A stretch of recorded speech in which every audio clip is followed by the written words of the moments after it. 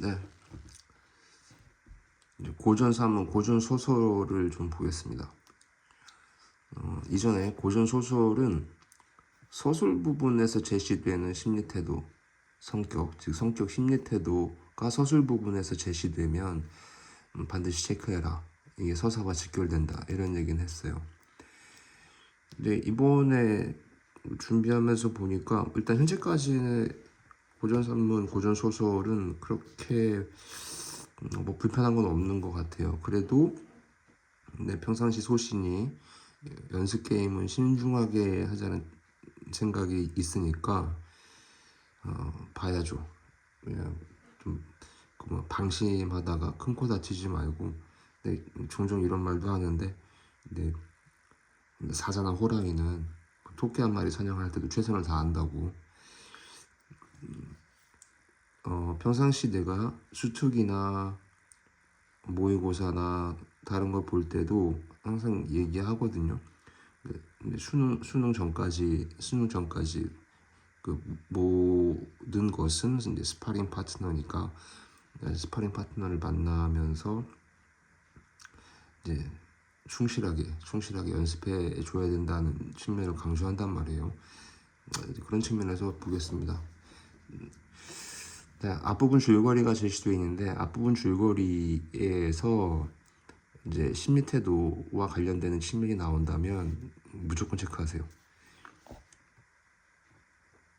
네, 전공 나오고 개국공신 하륜 나오는데, 하륜이 부탁을 하고 전공이 부탁한 바를 처리하고 하공이 감사 인사 하면서 이제 그 이해가 전공과 하공과 전공의 대화가 쭉 진행돼요. 이 부분은 요거 하나만 얘기하겠습니다. 앞부분 줄거리, 중간 부분 줄거리에서 제시되는 심리 태도가 보이면 주의해라. 물론 뭐 이하 줄거리, 마지막 부분에 나오는 이하 줄거리가 있으면 그때도 마찬가지예요. 문제 풀 때 반드시 필요해요. 그리고 아래쪽에 블록 설정이 되어 있는 게 A, B, 오른쪽에 C 블록 이렇게 나와요.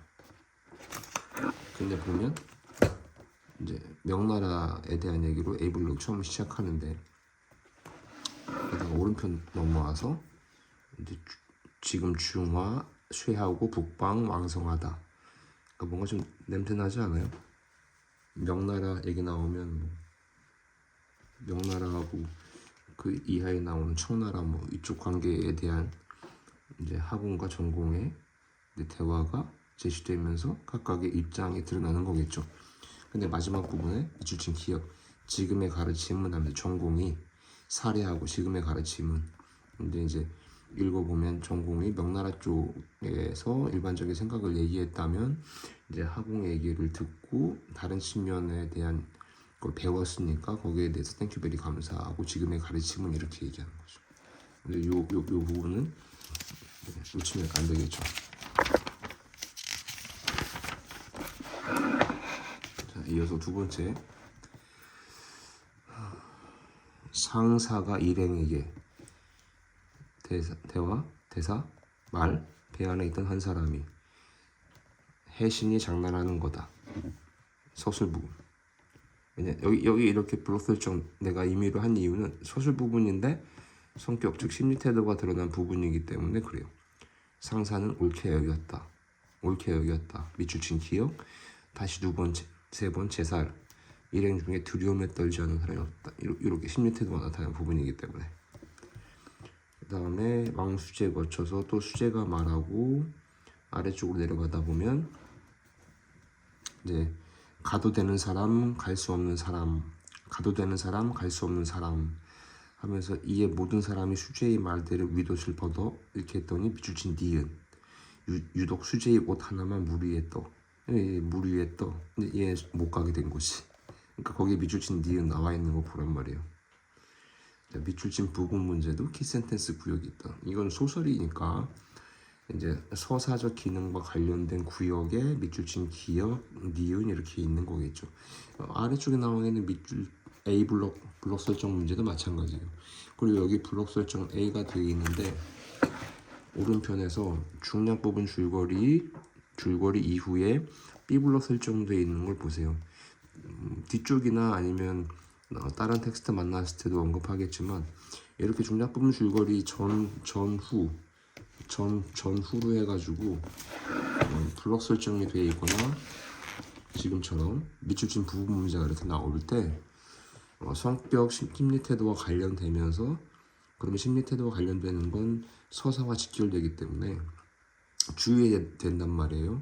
근데 이렇게 중략 부분 줄거리 전후에 위치되어 있는 경우가 빈번해요. 자, 그리고 다시 아래쪽으로 내려와서 이제 밤이 깊어. 그러면 시간의 흐름에 따른 이야기 전개이겠지. 그리고 밑줄친 디귿 거쳐서 이제 구미호라는 애가 등장을 해요. 그 아래쪽에 밑줄친 리을이 나오고.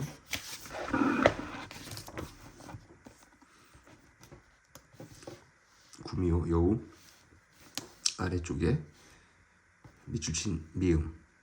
수재에게 거듭 부탁을 하고는 싸움을 하러 바다로 나서는데 바다 위를 마치 평지 밟듯이 수재는 부인의 얼굴이 너무도 아름다운 것을 보고 차마 화를 쏠 수가 없었다. 결국 화를 쏘지 못한 채 이렇게 나오는데 뭐 제목이 왕수재 취득 용녀설. 왕수재라는 애가 용녀라는 여기는 얻게 되는 것에 대한 스토리란 뜻이에요. 얘도 그렇게 뭐 과다하진 않기 때문에 이렇게 이건 요 정도까지 하겠습니다. 근데 뭐 참고로 얘기하면 아무리 좀 만만해 보여도 어쨌든 텍스트를 다 읽지 않고서는 오른편의 문제에 판단해서 약간 머뭇거릴 때가 있으니까 텍스트를 잘 봐야 된다는 사실은 변함이 없어요.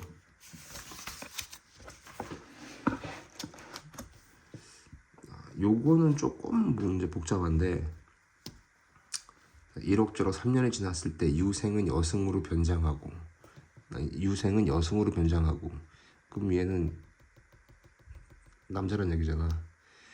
그러다가 유생이 감탄, 칭찬, 심리태도 드러나 있고 서술 부분이에요. 그걸 큰 섬이 있었는데 자 유생이 도사가 사는 곳이라 찾아가 보기로 해. 그 섬에 들어가. 자 유생이 변장하고 섬에 찾아가 보기로 그 섬에 들어갔다가 이제 마을 사람들이 얘기하는데 저렇게 아름다운 여승의 미모를 근데 여기서는 유생이 여승으로 한 거니까 근데 마을 사람들이 감탄하면서 말했다. 이곳은 서해 무릉이라는 곳이다. 근데 이제 아래쪽 서술 부분에 보면 최씨라는 캐릭터가 등장하네요. 근데 최씨가 또 비몽사몽 꿈이지 한 노승 그러니까 밑에 쪽에 꿈 박스져 있는 거 봐요. 자, 이게 이제 바로 이 구역에서 두 가지를 얘기하면 별거 아닌 것 같지만 이게 나중에 이제 서술상 특징으로 등장할 때가 있어요.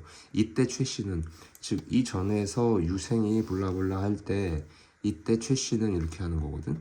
그러니까 이게 병치예요. 즉 병치는 뭐냐면 동시간대에 다른 장소에서 벌어지는 일을 나란히 제시해 주는 거야. 유생이 이러고 있을 때 최씨는 이러고 있다. 이렇게 되는 거죠. 동시간대에 벌어지는 일 이런 걸 병치라고 말합니다. 단순 병렬과는 좀 차이가 있어요. 병렬은 사건 A, B, C, D, E 이렇게 하는 거지만 병치는 동시간대라는 개념이 매우 중요해요. 이제 간혹 가다가 문제 나오니까 체크해 두세요. 자 그리고 꿈 그러면 이제 서사적 기능이죠. 난 이렇게 말하거든. 소설에서 고전이든 현대든 박스 쳐져 있거나 앞쪽에서 봤던 이제 블럭 설정돼 있거나 밑줄 쳐 있거나 하는 건 다 서사적 기능 문제예요. 그럼 서사적 기능 문제는 스토리 전후의 내용에서 변화가 된 게 뭔지 체크해야 돼요.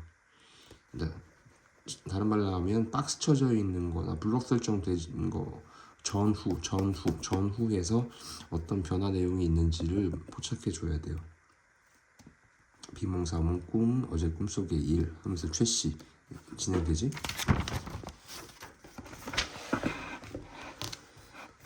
자 그리고 아까 또 봐요. 아까 말한 것처럼 중략 부분 줄거리가 있어요. 중략 부분 줄거리에서 최씨 장군 얘기 나오고 장군이 여승을 수상히 여겼다. 심리태도가 나오는데 그 전후 특히 위쪽에 흰옷 입은 여성 유연이었다. 알아채지? 최 씨가 가슴 찢어지는 최 씨의 심정 오죽하게 했는가. 이렇게 심리 태도가 제시되잖아. 그리고 중략 부분 줄거리에서 장군이 쫓아냈죠. 유생이 쫓겨나와서 여러 날 지나다 있다가 블록 설정돼 있어. 쫓겨난 이후에 A 블록 설정 전후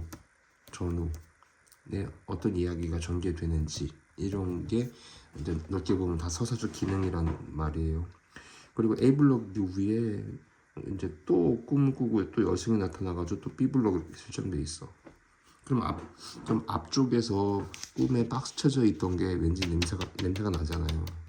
이런 걸 보고 이제 문제 그냥 전체 서사에 대한 방향을 예측하란 말이에요. 그리고 또 한바탕 꿈이었다 이렇게 나가잖아요.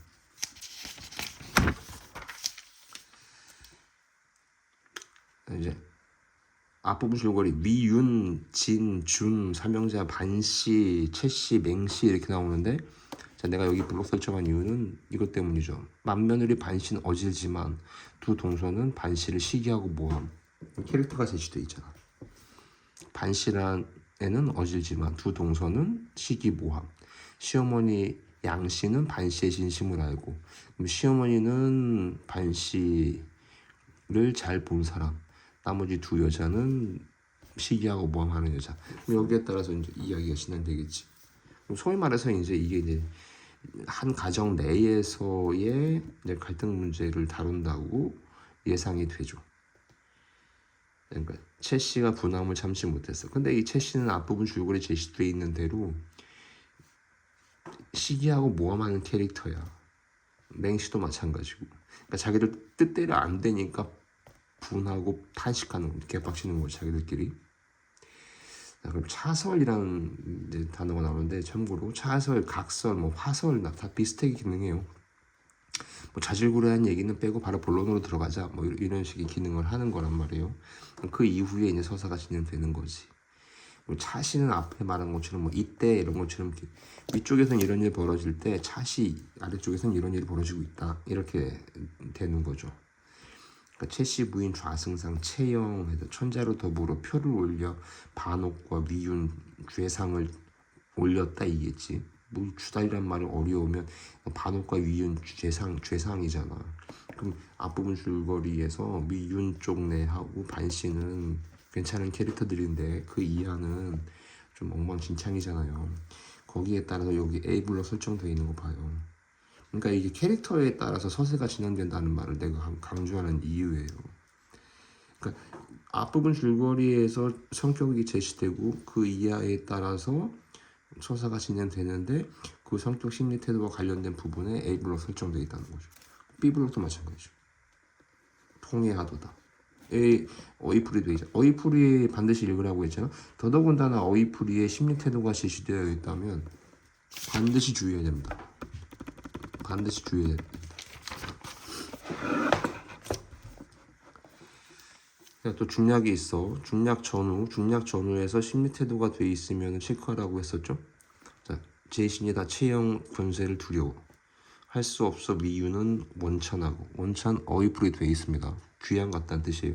반옥은 강동 정비에 탄식해 마지 아니하더라. 할 수 없어. 주변에서 하도 그렇게 하니까 할 수 없이 얘네들 괜찮은 애들인데 이렇게 할 수밖에 없었다는 얘기야. 자, 화설 나왔죠? 아까 각설, 차설처럼 기능한다고 했습니다. 그다음에 최 씨는 기이한 성관이 하면서 반 씨가 3년이 나오지 아니하다가 음일 오른편에 어이풀이 있습니다. 그러니까 근데 이렇게 말하는 거를 믿으면 안 되죠. 왜냐면 앞부분 줄거리에서 이 양반의 캐릭터, 최 씨의 캐릭터는 좋지 않다고 제시되고 있기 때문에 그러면 이제 다른 쪽 내용에 이제 신경을 써야 되는 거지. 그러다 보니까 밑에 밑줄친 A 하면서 1비 V 나와서 비몽사몽 또 꾸미네 침상인몽 하면서 피하라 이렇게 나오죠. 자, 차시 이때 위쪽에서 이런 일이 진행될 때 아래쪽에서는 이런 일이 진행된다. 자, 밑줄 블록 설정 박스 쳐져 있는 건 서사적 기능 문제다. 서사적 기능 문제는 스토리 중심, 즉 다른 말로 밑줄 블록 박스 전후로 해가지고 변화된 내용인데 체크해라. 자, A 아래쪽에 한 노인 나와서 얘기를 전해준단 말이야. 특히 이제 또 여기 하나 언급하고 싶은 게 이제 요 블록 설정 내가 한 건데 아래쪽에 보면 흥의 모자 받아 먹음에 문득 정신이 쇠락. 이 쇠락이라는 단어가 이제 어려운 단어인데 어휘풀이도 없어요. 그럼 어떻게 해야 돼? 뭐 컨텍스트, 문맥을 대입해야죠. 자, 위를 보니까 정신이 아득하대, 놀랐대. 근데 줄 같은 것을 내어주면서 먹으라 했어. 먹으니까 정신이 쇠락하대. 아, 그럼 아득하다와 놀랐다의 반대죠. 뭐 평안해졌다, 뭐 클리어해졌다, 상쾌해, 프레쉬해졌다, 진정됐다 이런 뜻이 되는 거죠. 도와주는 사람인 것이. 오케이.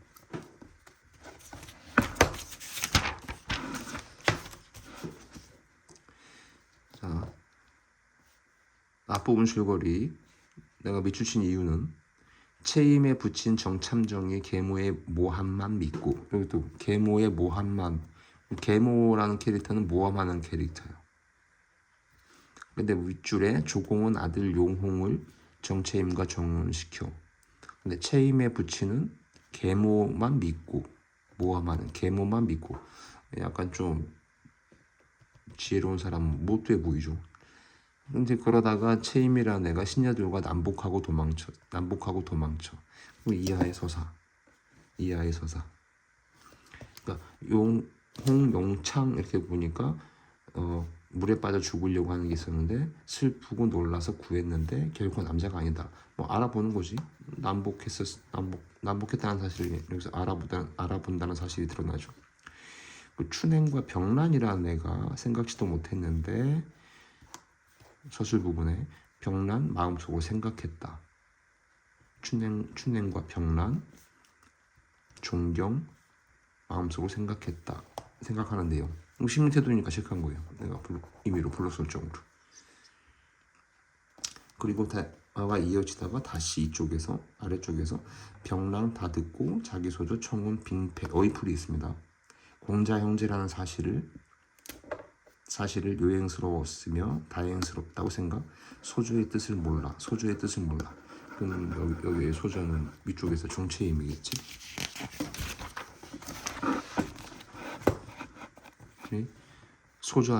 소조께 조공자가 문답한 일 말했어. 소조가 매우 놀라서 말했어. 근데 좀 부끄럽게 될 수 있는 일이 있을 것 같다. 왜? 우리 집에 허물 때문에, 집안 내의 문제이기 때문에. 아까 집안에서 계모가 그렇게 됐다고 했잖아. 그래서 떠돌다가 빠져 죽을 뻔했는데 병란과 춘행이 굳이 근본을 이르지 말라는 소조의 말을 듣고 서로 상의했다. 소조의 말을 듣고는 그 다음에 상의했다. 어쩌지? 우리들이 가만히 사실을 하려. 소조는 그렇게 말했지만 우리가 사실을 다 말하자 하면서 밑에 쪽에는 두 명의 시비가 그 공자들한테 얘기하는 게 나오겠죠. 전우의 사정에 대한 얘기가 이어지겠지. 그리고 또 서술 부분 또 내가 블록 설정한 이유는 두 공자의 심리태도 두 공자의 심리태도 계모 박씨와 관련된 일에 대한 심리태도 70대니까 이제 체크한 거죠. 그리고 오른편 넘어와서 또 내가 블록 설정한 이유는 두 공자는 정소조 근본을 모르는 체하고 심리태도. 두 공자는 정소조 모르는 체하고. 그럼 이제 자세한 내막은 사실 정소조만 모르는 거죠. 정소조만. 그래서 소조는 병란 등이 한다가 또 아래쪽에 두 공자가 집 안팎의 비복은 종들이겠지. 소조가 있다는 걸 누더지 말라. 이 두 공자는 알고 있어. 춘행에게 당부하여서도 또 기다리라고 하고 소조에게 말을 붙였는데 마지막 부분에 소조는 하면서 소조의 심리 태도가 마지막에 드러나요. 근데 여기 마지막 구절을 보세요. 여기 재밌죠. 두 공자가 자기 근본을 들은 줄을 조금도 알지 못했다. 앞에 이제 두 병란과 춘행이 어찌할까 하다가 안 되겠다. 사실대로 말하자 했다는 사실을 지금 정소조는 모르고 있다는 얘기죠. 그리고 정소조가 모르니까 다른 종들한테도 시켰어도 니들도 아는 척 하지 마라 뭐 이렇게 얘기했다는 거죠. 이렇게 이러면 이 텍스트는 정리된 것 같습니다. 감사합니다. 수고했습니다.